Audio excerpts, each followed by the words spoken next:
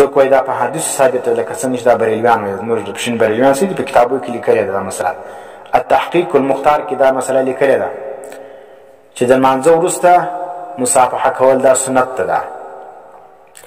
دا رقم د ده استاذ مولانا نور محمد المیوندی البریلوی المشهور بملا تروا هغه څه لیکلي دي په فتاوای میوندیه کې هغه هم دا مسله لیکلې ده چې د لمانځه وروسته مصافحه کول دا سنت کاری ده.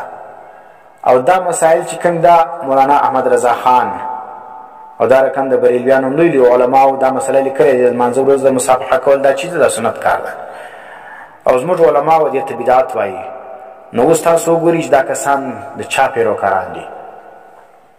دا د علمای دیوبند پیروکاران دي که د احمد رضا خان بریلوي پیروکاران دي. د لمانځه وروسته مصافحه اگر چې توادی خو نه کوي دلته خو موږ نه لیدل چې دا بریلویان په لمانځه وروسته مصافحه کوي.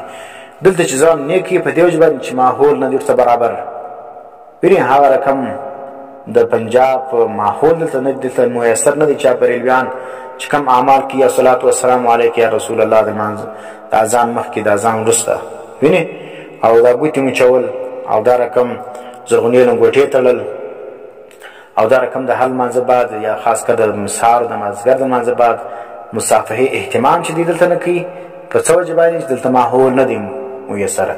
دلته د پر ځامه د علمای دیوبند د پیروکار نوم ایښی دی او هغه د دې کارو صبري دي. نو ځکه د هغه نامه څخه د شرم د وجې دی څه کوي دا کارونه نه کوي. نو دا چې سلو څه ذکر کوي واجب الترک دی. دا بیا ذکر کوي